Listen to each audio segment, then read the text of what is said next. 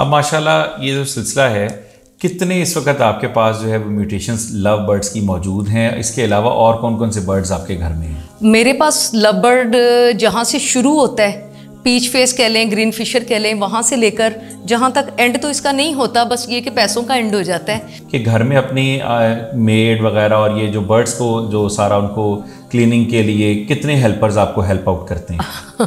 मज़े की बात ये है कि अभी तक मेरे पास कोई मेड, कोई क्लीनर नहीं है। तो टोटल इस वक्त ब्रीडर पेयर जो है वो कितनी तादाद में आपके एवरी में मौजूद? माशाल्लाह ये सारे ब्रीडर ही हैं। इसके अलावा और कौन कौन सी बर्ड्स की वैरायटी लेके चल रही हैं? बेसिकली तो जो मेरा पैशन है वो लव बर्ड है, लेकिन उसके साथ क्योंकि शौक है तो शौक के अंदर और भी वेरिएशंस आ जाती हैं। कोई अपना बिजनेस इसको लेके चलना चाहता है, शौक है उसको फितरत के साथ, तो उसको मेजर कितनी इन्वेस्टमेंट रिक्वायर्ड है और कौन कौन सी कमर्शियल स्पीशीज म्यूटेशन लगानी चाहिए? देखें, काम अगर आपने सीरियस होकर करना है, मजाक के मूड में नहीं, अगर आप सीरियस होकर काम की नीयत से करना चाहते हैं तो लोएस्ट बजट से भी शुरू कर सकते हैं। मैं ओबियसली फिर ये काम करना चाह रही थी और मुझे उनके थोड़े से रूल्स भी पता चल गए थे कि अगर मैं बाहर से चीज़ लेकर दूंगी, क्यों ना वो पेयर मैं लूँ और मैं नेक्स्ट ईयर उनको उनके बच्चे दे दूँ जो मैंने बाहर से लेकर देने हैं। तो वो मैंने अपने हस्बैंड को बताया कि ये पेयर की कॉस्ट तकरीबन 3.5 लाख है। तो वो मतलब कि पूरा अपना एक्सप्रेशन देखे कि जे मर गया ते, तो मैंने फिर उनको कॉन्फिडेंस दिया कि अगर वो बच गया ते ही करेगा। बिस्मिल्लाहिर्रहमानिर्रहीम, अस्सलामु अलैकुम।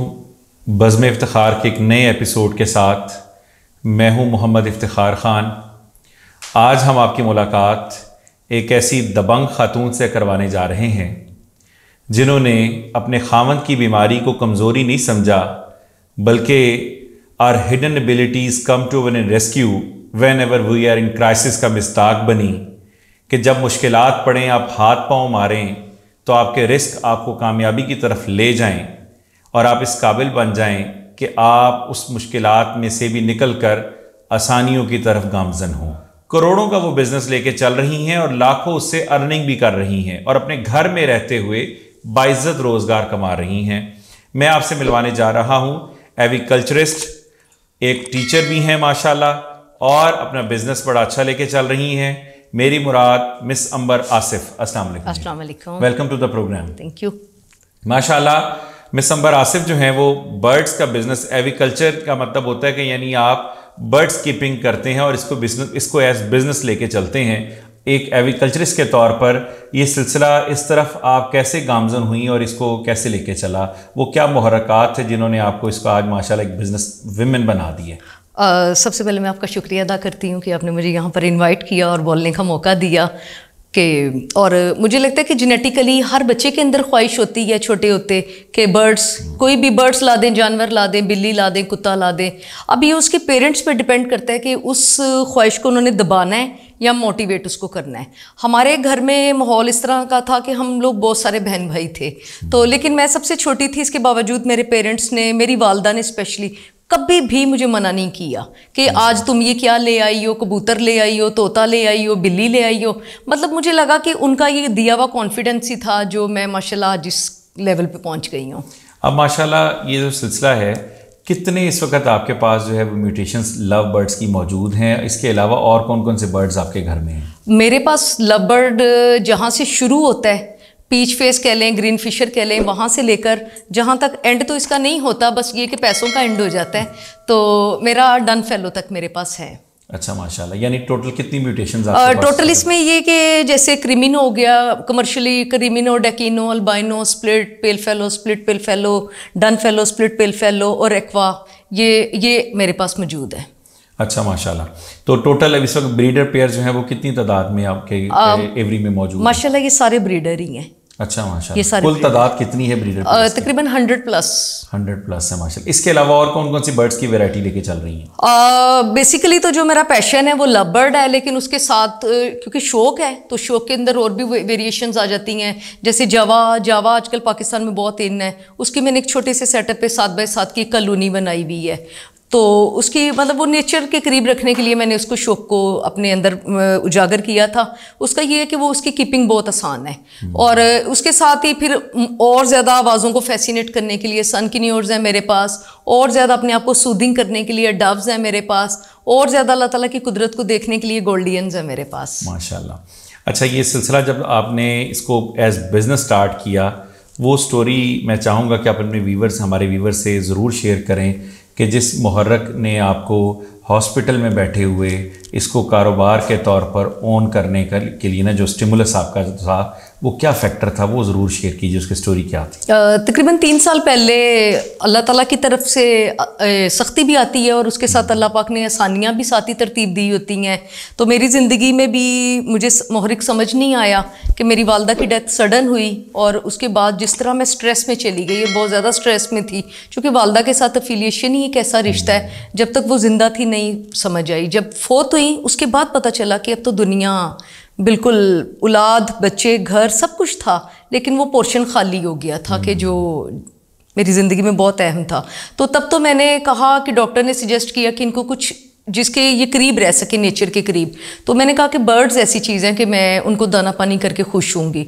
तो वो बर्ड्स लेकर आए 3-4 जोड़े, और उसके बाद फिर ऐसा हुआ कि अम्मी के जाने के 6 महीने के बाद आसिफ सीरियसली बीमार हो गए, मेरे हस्बैंड। आम नॉर्मल देखने में गला ख़राब और ज़ुकाम हुआ, लेकिन वो रेशा जो था ना दिमाग की तरफ चला गया। डॉक्टर ने इंडिकेट किया कि ये गर्दन तोड़ बुखार है, और गर्दन तोड़ बुखार में उनकी याददाश्त चली गई। और साथ ही उन्होंने मुझे मेंटली प्रिपेयर्ड कर दिया था कि ये चूँकि दिमाग का मामला है और इसमें रिकवरी स्लो है, कि आप अपने आप को मेंटली प्रिपेयर्ड रखें कि पूरी लाइफ भी गुजर सकती है उनकी याददाश्त वापस आने में। और मतलब कि जो नियरेस्ट टाइम का जो उन्होंने दिया था वो 3 से 4 साल का अरसा था।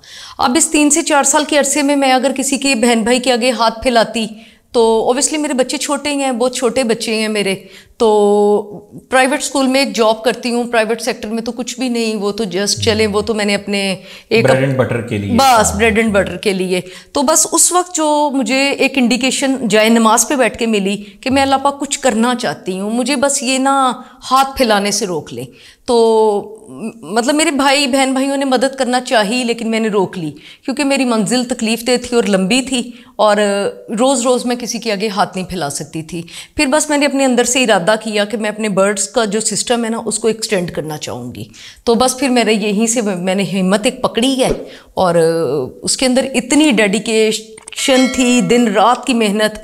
लेकिन बस मैं ये अपने आप को रिलैक्स फील करती थी कि हस्बैंड अगर नीचे भी है ना तो मैं रात के 2-2 बजे तक भी ऊपर काम कर लेती थी। मेरे बच्चे भी सेफली फील करते थे कि मामा ऊपर काम कर रही हैं, घर पे ही हैं। तो बस फिर इस तरह से मैंने अपने आप को 4 दीवारी के महफूज रखकर अपने हस्बैंड के साथ भी इलाज मालजे में उनकी मदद की, और अल्हम्दुलिल्लाह अल्लाह ताला ने बहुत आसानियाँ पैदा की हैं। माशाल्लाह दी, ज़बरदस्त है।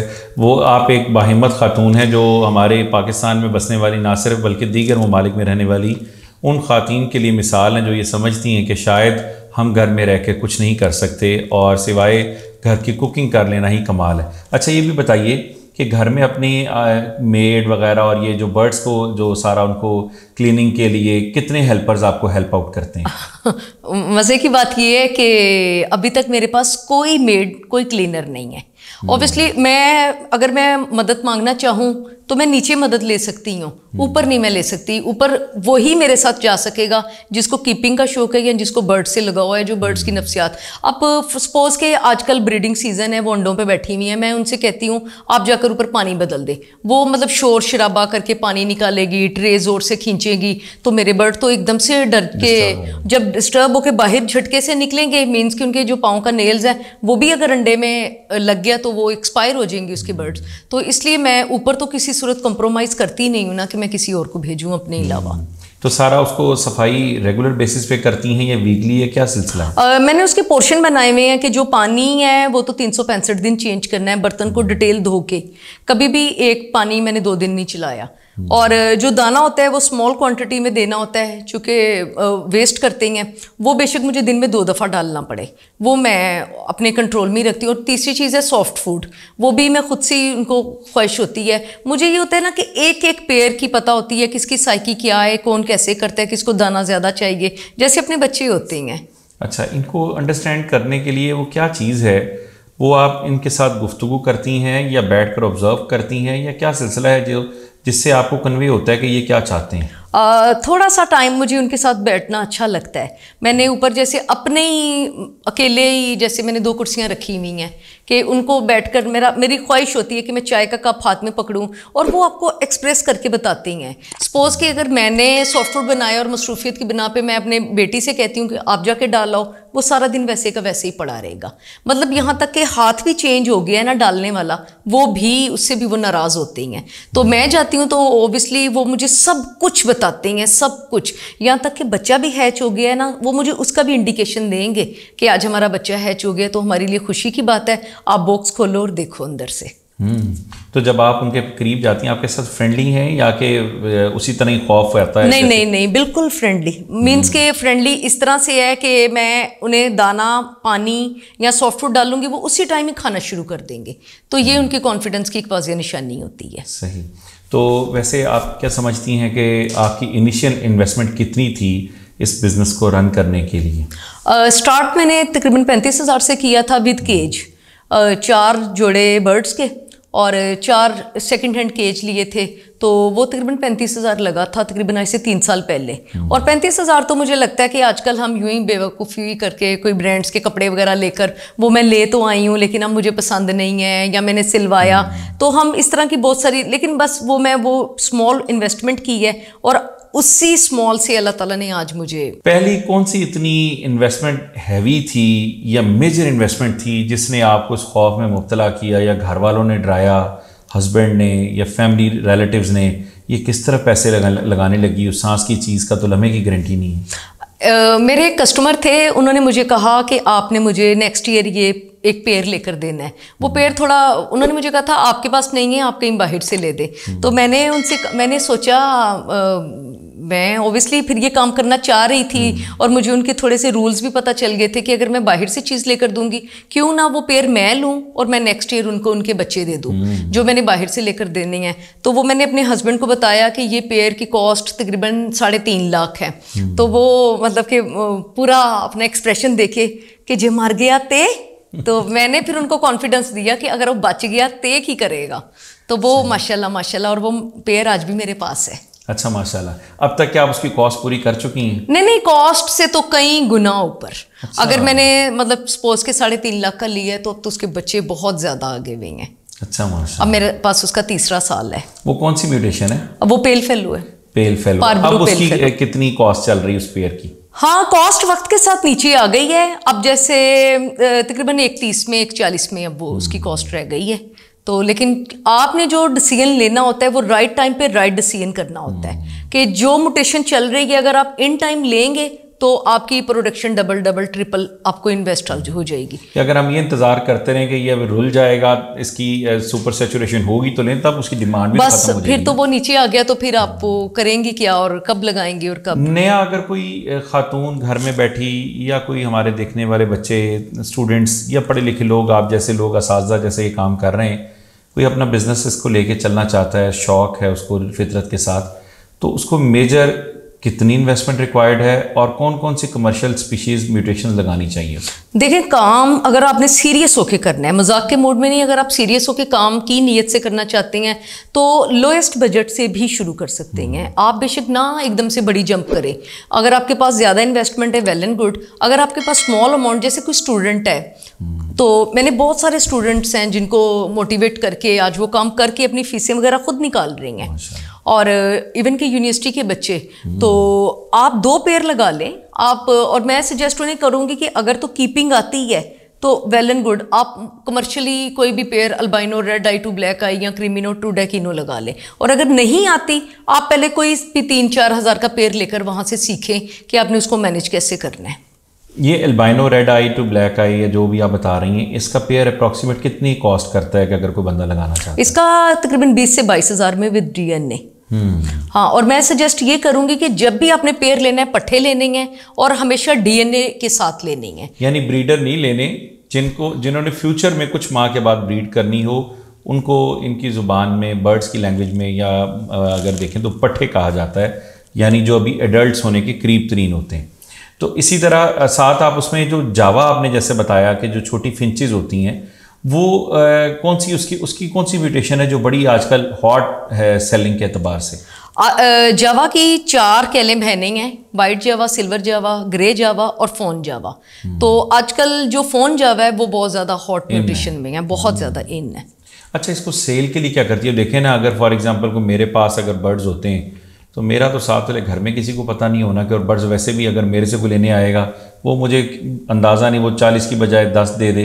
आप कैसे अपना ये जो उस्ताद तो यकीनन हैं, आप गुरु भी हैं इस मामले में, लेकिन उसको चीज़ों को सेल करने के लिए भी तो कोई ना कोई घुर या चाहिए ना, जिसको बंदे को शीशे में उतारना है, वो कैसे कन्विंस करती हैं? देखें, अब वो ज़माना चला गया कि जब चीज़ बेचने के लिए हमें गली गली फिरना पड़ता था। अब तो आप घर बैठे अपने सोफे के ऊपर बैठ के सोशल मीडिया के थ्रू, अब तो हमें बहुत सारे प्लेटफॉर्म मिल गए हैं। फेसबुक हो गई, व्हाट्सएप हो गए, यूट्यूब हो गए, टिकटॉक हो गई। अब आप जहाँ जहाँ भी ऐड लगाएंगे आपका बर्ड्स, जिस तरह कोई ब्रांड है, अगर मैंने खाड़ी का सूट लेना है तो मैं खाड़ी की दुकान पे पहुंचूंगी। तो इस तरह लोगों को पता होता है कि जिसके पास बर्ड है वो वहां तक पहुंच जाते हैं। अच्छा, वो तो पहुंचते हैं। क्या ये जो आम बाहर शॉपकीपर्स हैं, क्या ये लोग भी आते हैं लेने? ये आते हैं लेने, लेकिन ये चीज़ बल्क में उठा के लो प्राइस में रेट गिरा के लेते हैं, और अपनी चूँकि इन्होंने अपनी फिर इन्वेस्टमेंट अपना वो किराए वगैरह निकाल के, तो उस तरह से नहीं, ये मेरे पास आज तक कोई नहीं आया।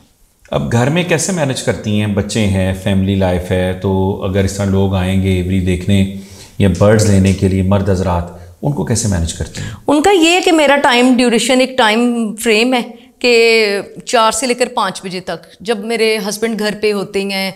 और इस तरह से, मतलब इस तरह से नहीं है कि अब फ़ोन आ रहा है कि मैं आइवरी की तो एक परमिशन ही नहीं होती, क्योंकि वो तो बहुत इनसिक्योर मैटर में होती है, बहुत हाइजेनिक होती है कि बाहर से कोई भी बर्ड, बाहर से कोई भी बंदे को आप लाके ऊपर विजिट नहीं करवा सकते। वो अपने साथ हज़ारों लाखों जर्म्स लेकर आ सकता है। और मैं ओबियसली हर चीज़ को जिस तरह से मेंटेन रखती हूँ, तो मैं नहीं चाहूँगी कि कोई भी आए और एक चक्कर लगा के वो कर जाए। और मेरी कोशिश यही होती है कि जिन्होंने सोशल मीडिया पे देखी हुई है वो उसको ज़रूर देखें। और बाकी पर्सनली ये है कि जो स्पेसिफिक बर्ड आपने सेल करना है वो आप ला के टेबल पर रख दें छोटे केज में, तो वो आप सामने से देखें। लेकिन मेरे जो ज़्यादा कस्टमर है ना, वो आउट ऑफ सिटी कार्गो के हैं, दूसरे शहरों के हैं। तो कार्गो में अमूमन आजकल जो है वो बहुत ज़्यादा फ्रॉड भी है, तो कैसे लोग रिलाय करते हैं? वैसे तो ये बात बिल्कुल हकीकत है, प्रैक्टिकल लाइफ में मैं देखता हूँ मर्दों के अतबार से जो ख़वातीन हैं, दे आर मोर रिलायबल, और उनमें फ़्रॉड की और स्पेशली जगह स्विच करने की या डॉज देने की शरह काफ़ी कम है। तो क्या आप क्या समझती हैं कि मर्दों के निस्बत लोग आपसे चीज़ें लेने को प्रेफर करते हैं और एतमाद पर पूरा उतरते हैं?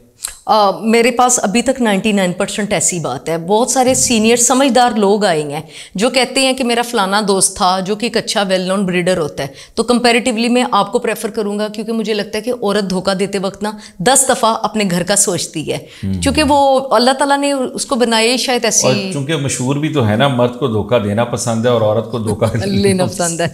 तो वो बस मुझे ये होता है कि अगर मैं धोखा दूंगी तो ऑब्वियसली जो मैं एक स्मॉल अमाउंट, टेम्परेरी अमाउंट कमाऊंगी तो वो मैंने बच्चों में लगानी है, तो अल्लाह पाक तो उसको कहीं ना कहीं से फिर पूरा कर देते हैं ना। अच्छा, इसके अलावा बर्ड्स का जो सारा दाना है जो सारा साल मैनेज करती हैं, वो कौन हेल्प आउट करता है? कि यानी उसको लाने में, या उसको खुद मिक्स करती हैं, या स्पेसिफिक शॉप से लेती हैं?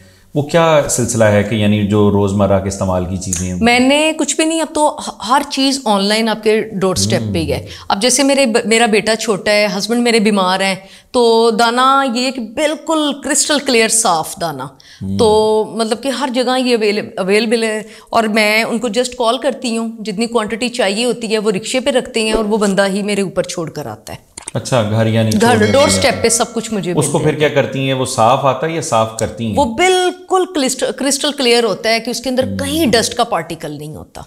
इसके अलावा इनसे तो बहुत सारे लोग ये भी कहते हैं कि जिन्होंने बर्ड्स रखे हैं उनको फ्लू, एलर्जी, या उनके बच्चे बीमार इस चीज़ से होते हैं। क्या आपको नहीं कभी इस मामले में एलर्जी को भी फील हुई? मुझे लगता है रहती हैं सुबह शाम। मैं रहती हूँ। मुझे लगता है कि अगर आपका इन्वायरमेंट साफ होगा ना, तो उसके अंदर, अब मेरे जानने वाले, मेरे घर वाले हैं, गर्मियों में ऊपर एसी लग रहा होता है बर्ड्स का, या कूलर चल रहा होता है, या कूलिंग पैड मौसम के अकॉर्डिंग जो जैसा हो। तो मेरा बेटा यही कहता है, मामा मैं ना पिलो लेकर ऊपर जा रहा हूँ, ऊपर जाके सोने लगूँ, कि ऊपर जितनी सफाई और जितना खूबसूरती और एक सूदिंग का एहसास होता है। तो मेरा भी दिल, इवन कि मेरे सामने नेबर्स भी कहती हैं अच्छा सफाई हो गई है तो मैं पिलो लेके आ जाऊँ, मैं सो जाऊँ ऊपर आके। यानी आप इतना उसको नीट एंड क्लीन रखती हूँ जिसकी वजह से वो इससे दूर रहती। अच्छा, इसके अलावा बर्ड्स की फर्टिलिटी बढ़ाने के लिए बहुत सारे लोग हैं जिनको अभी इस फील्ड में नेसेंट स्टेज पर होंगे, उनकी फर्टिलिटी बढ़ाने के लिए, ये ब्रीडिंग सीजन को प्रोलॉन्ग करने के लिए वो क्या ऐसे खाने के साथ साथ इनके जो दाने के साथ सप्लीमेंट्स हैं वो यूज़ करती हैं जो आप समझती हैं बड़े इफेक्टिव हैं और उसका आपने रिस्पॉन्स बड़ा अच्छा देखा है?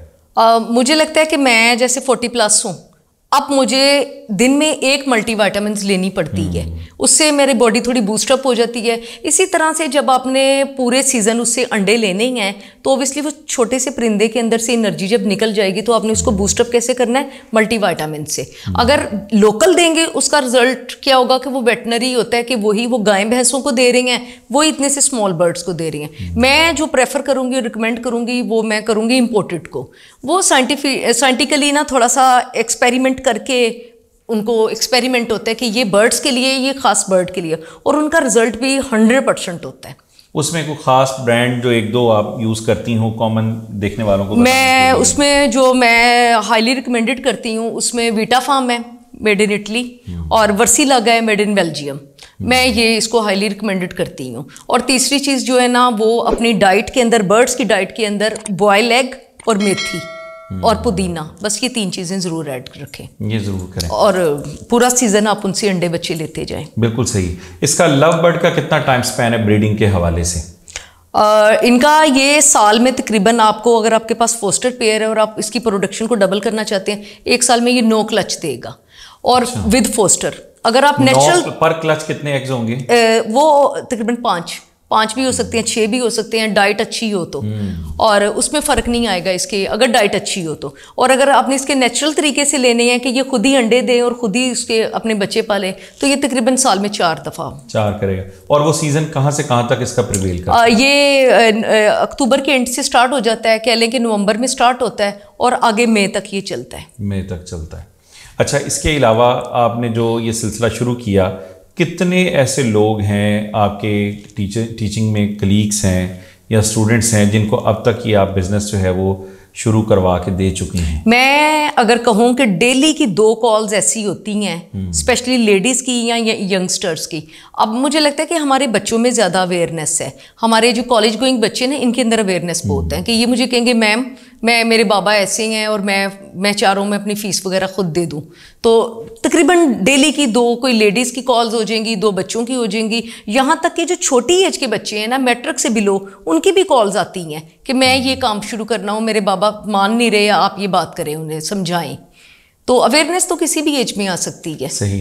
अमूमन कहा यह जाता है कि जिन्होंने बर्ड्स रखे होते हैं ना, वो अपनी जो मशीन है सही चीज़ नहीं देते। एक तो ये बात। दूसरी बात, बर्ड्स गिफ्ट नहीं ये लोग करते कि इसमें आज तक कभी किसी को बर्ड गिफ्ट किया है कि अपनी फैमिली, रिलेटिव या फ्रेंड्स में?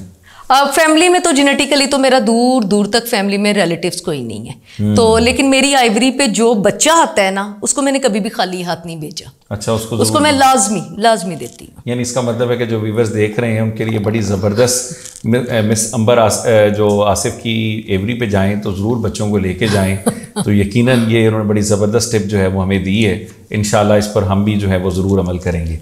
और मैं ये चाहूँगा कि उसमें जो देखने वाली ख़वातीन हैं और लोग बहुत परेशान हैं, और स्पेशली गाड़ी के दोनों पहिए जब तक काम नहीं कर रहे, सूरत हाल ये है कि ख़वातीन बाहर भी नहीं निकल सकती, मेल डोमिनेटिंग सोसाइटी भी है, तो उसमें आप उनको क्या सजेस्ट करती हैं कि उनको आगाज़ कैसे करना है और वो घर के कामों के साथ इसको मैनेज कैसे करेंगी? देखिए, मैं इस सिलसिले में ये कहती हूँ कि अल्लाह ताला ने औरत को डबल पावर दी हुई है। आपने सिर्फ औरत के अंदर ये ताकत देखी है। जैसे मैं जॉब करती हूँ, आप कभी भी घर जाकर खुद पानी का गिलास नहीं पिएंगे, आपकी मिसेज ही आपको पिलाएंगी या कोई घर का दूसरा बंदा। औरत के अंदर ये है कि मैं जॉब करती हूँ, मैंने जाते ही दुपट्टा साइड पे करना है, किचन में बच्चों को खाना वाना देना है, और उसके बाद फिर चल सो चल। मैं बस मैसेज यही देना चाहूँगी कि अल्लाह ताला ने मर्द और औरत को गाड़ी के 2 पहिए दिए कहे ही हैं, और इसकी मिसाल बनी हुई है। मेरा गाड़ी का पहिया पिछले 2 साल से ख़राब है, और लेकिन गाड़ी एक पहिए पे बहुत अच्छी चल रही है बस। लेकिन अपने घर को आपने अगर बचाना है तो आपको फिर एक्स्ट्रा अपनी एनर्जी तो लगानी होगी, वरना जो सूरत हाल आज है, आज अगर खामद बीमार हो तो शायद महीना ना गुजारे औरत छोड़ के चली जाए।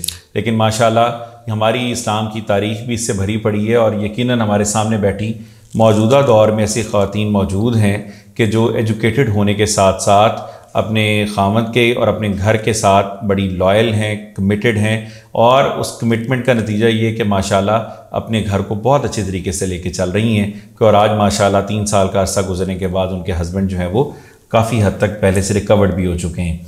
और कोई आखिर में जो देखने वालों को पैगाम देना चाहें? बस मैं यही पैगाम देना चाहती हूँ कि अब वो दौर नहीं रहा कि घर का सिर्फ मर्द कमाए और सब बैठ के एंजॉय करें। अब ये है कि सब कमाएं और अपना अपना मिलकर बैठ के खाएं, इससे खुशियाँ बढ़ेंगी।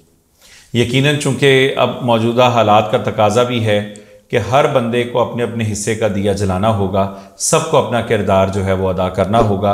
और मिस अंबर आसिफ जैसी ख़वातीन जो हैं, हम सब जो माशरे में रहने वाले मर्द व ख़वातीन जो ये सोचते हैं कि काम क्या करें, कौन सा करें और कैसे करें और कब करें, उन सब के लिए एक मशअल राह भी हैं। और इसी तरह बाहिम्मत, खुददार और ख़ास तौर पर अपने आप को रिस्क लेने की आदत डालें। और risk lead to success, risk ही आपको कामयाबी की तरफ लेके जाते हैं।